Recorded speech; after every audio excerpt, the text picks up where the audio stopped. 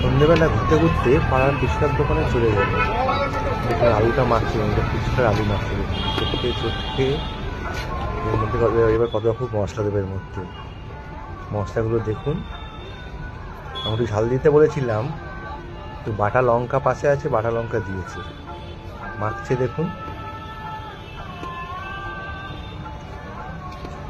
চটকে চটকে আলুটা মাখছে। এরপরে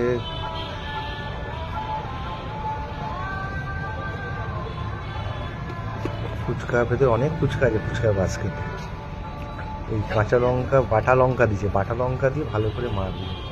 আমি তো ঝাল দিতে বলেছিলাম। মাখা শেষ, এবার খাবো। হাতে পাতা দিয়ে দিয়েছে, পাতাটা দেখুন। বেশিখানি 2 পিস খেয়েছি, কিন্তু টক জলটা দেখে মনে হচ্ছে অমৃত। টক জলটা যখন দেখে গেছে আমার তো অমৃত মতো লাগে। বহুত বছর পর ফুচকা খেলাম, আমার দারুণ লেগেছে ফুচকাটা। দারুণ লাগে ফুচকা, সবারই ভালো লাগে।